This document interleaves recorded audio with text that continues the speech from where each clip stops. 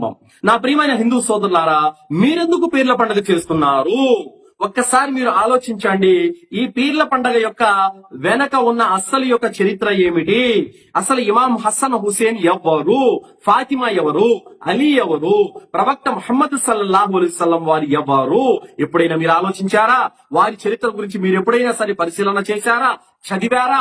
ఏమి తెలియకుండానే మీరు పీర్ల పండగ అంటే ఇది ఒక పండగ అన్నటువంటి భావనతో మీరు చేసుకుంటూ పోతున్నారే కానీ వాస్తవానికి దీని వెనకాల ఉన్న చరిత్ర గనక మీరు ఒక్కసారి పరిశీలన చేసినట్లయితే, చదివినట్లయితే గనక మీరు ఈ పీర్ల పండగ చెయ్యారు. ఈ మాట ఎందుకు చెబుతున్నామంటే సోదరులారా, మనము చాలా పల్లెలకు వెళ్లి అజ్ఞానపు ముస్లింలారా మీరెందుకు ఈ పీర్ల పండగ చేస్తున్నారు, చెయ్యకండి అని చెప్పినప్పుడు, అయ్యో మేము మా మౌలానా గారు చెప్పినప్పటి నుంచి మేము మానేశాము, ఈ పీర్ల పండగ జోలికి మేము వెళ్ళటం లేదు, ఈ పీర్ల పండుగలో మేము పాల్గొనటం లేదు, అయితే మా ఊర్లో ఉన్నటువంటి హిందువులు మేము చేయకపోయినా వాళ్ళు చేస్తున్నారు, మేము నిలబెట్టకపోయినా వాళ్ళు నిలబెడుతున్నారు, మేము చందా రాబట్టకపోయినా వాళ్ళు రాబడుతున్నారు, వాళ్ళు మానటం లేదు అని కొందరు సమాధానం చెప్తే, మరికొందరు అంటున్నారు అయ్యో మేం చేయడం లేదండి, మా ఊర్లో రెడ్డి గారు ఉన్నారు ఆయన జరిపిస్తున్నారు ఇదంతా అని చెప్పేసి అంటున్నారు. కావున హిందూ సోదరులారా, ఒక్కసారి ఆత్మ పరిశీలన చేసుకొని వాస్తవాన్ని గ్రహించండి.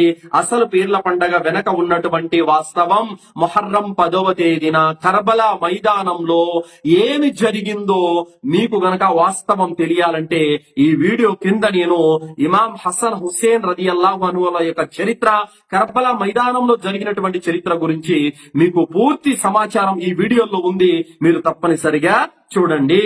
కావున నా ప్రియమైన హిందూ సోదరులారా, ఏదైతే రాగి, ఇత్తడి, ఆ యొక్క సిల్వర్ రేకుల పేర్లతో మీరు ఇమాం హసన్ పేరు పెట్టి, ఇమాం హుసేన్ పేరు పెట్టి, ఫాతిమా పేరు పెట్టి, అలీ పేరు పెట్టి ఏదైతే మీరు ఆ పంజాలను నిలబెట్టి మెరవణ తీస్తూ ఆ రోజున ఊరేగింపులు చేస్తూ మీరు అగ్ని గుండాలు తొక్కుతున్నారో, వాస్తవానికి ఇది దైవ కార్యం అంత మాత్రం కాదు, ఇది శైతాను యొక్క కార్యము.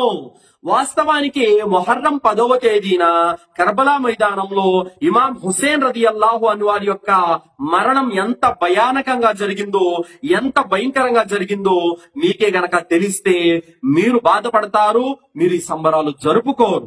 అలాగని చెప్పి ఆయన మరణాన్ని గుర్తు చేసుకుంటూ ఏడవటము, దుఃఖించడము, శోకాలు తీయడం కూడా ఇస్లాంలో నిషేధమే.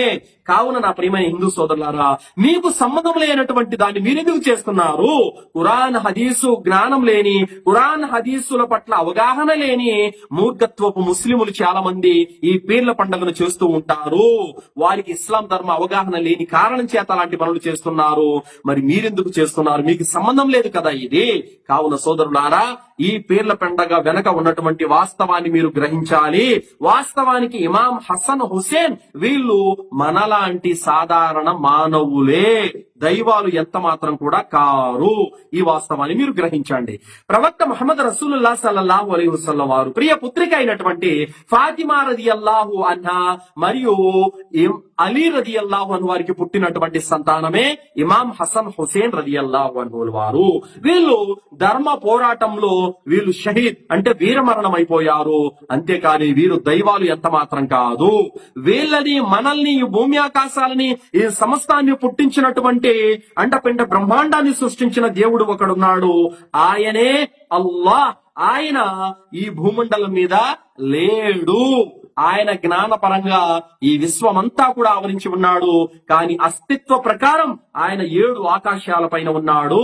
అంతిమ దైవ గ్రంథమైనటువంటి ఖురాన్ గ్రంథంలో 32వ సూర 4వ వాక్యంలో అల్లాహ్ అంటున్నాడు, అల్లాహుల్లదీ ఖలకస్ సమావాతి వల్ అర్దు వమా బైనహుమా ఫీ 6 అయ్యామ్ థుమ్మ ఇస్తవా అలల్ అర్ష్ మా లకుమ్ మిన్ దూనిహి మిన్ వలియ్యిన్ వలా షఫీన్ అఫలా తతదక్కరూన్. ఆయనే అల్లాహ్ భూమిని, ఆకాశాలను, వాటి మధ్య ఉన్న సమస్తాన్ని 6 దినాలలో పుట్టించినటువంటి వాడు. తర్వాత మహోన్నతమైనటువంటి సింహాసనాన్ని అధిష్ఠించాడు. ఆయన తప్ప మిమ్మల్ని ఆదుకునేవాడు, సిఫారసు చేసేవాడు ఎవ్వడు లేడు. అయినా కూడా మీరు హితబోధ గ్రహించరేమిటి అని అల్లాహ్ అంటున్నాడు. ఆ అల్లాహ్ ఆయన సృష్టి సామ్రాజ్య పీఠాన్ని, సింహాసనాన్ని అధిష్ఠించి ఉన్నాడు. ఉన్నాడు. ఆ సింహాసనం ఎక్కడ ఉంది? 7 ఆకాశాల పైన ఉంది. అర్-రహ్మాను అలల్ అర్షి ఇస్తవా.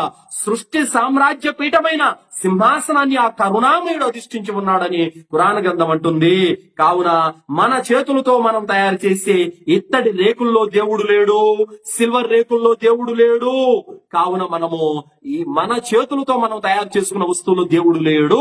కావున నా ప్రియమైన హిందూ సోదరులారా, చాలా మంది ముస్లిములు ఈ పీర్ల పండగ చేయడం లేదు, మానేశారు. కావున మీరు కూడా మారండి, సత్యాన్ని గ్రహించండి, నిజ దైవం వైపునకు మరలండి. ఈ పీర్ల పండగ అనేది దైవ కార్యం కాదు, శైతాన్ యొక్క కార్యము. వాస్తవానికి మన ఇంట్లో ఎవరైనా అతి క్రూరాతి ఘోరంగా చనిపోయిన రోజున మనం పండగ చేసుకుంటామా చెప్పండి? కానీ ఎవరైనా చేసుకుంటే కూడా చూసే వాళ్ళు ఏమంటారు, ఏమయ్యా బుద్ధుందా లేదా? నీ కొడుకు లేదా నీ అన్న నీ తమ్ముడు అంత క్రూరంగా చనిపోయిన రోజున నువ్వు పండగ చేసుకుంటున్నావా అంటారా అనరా?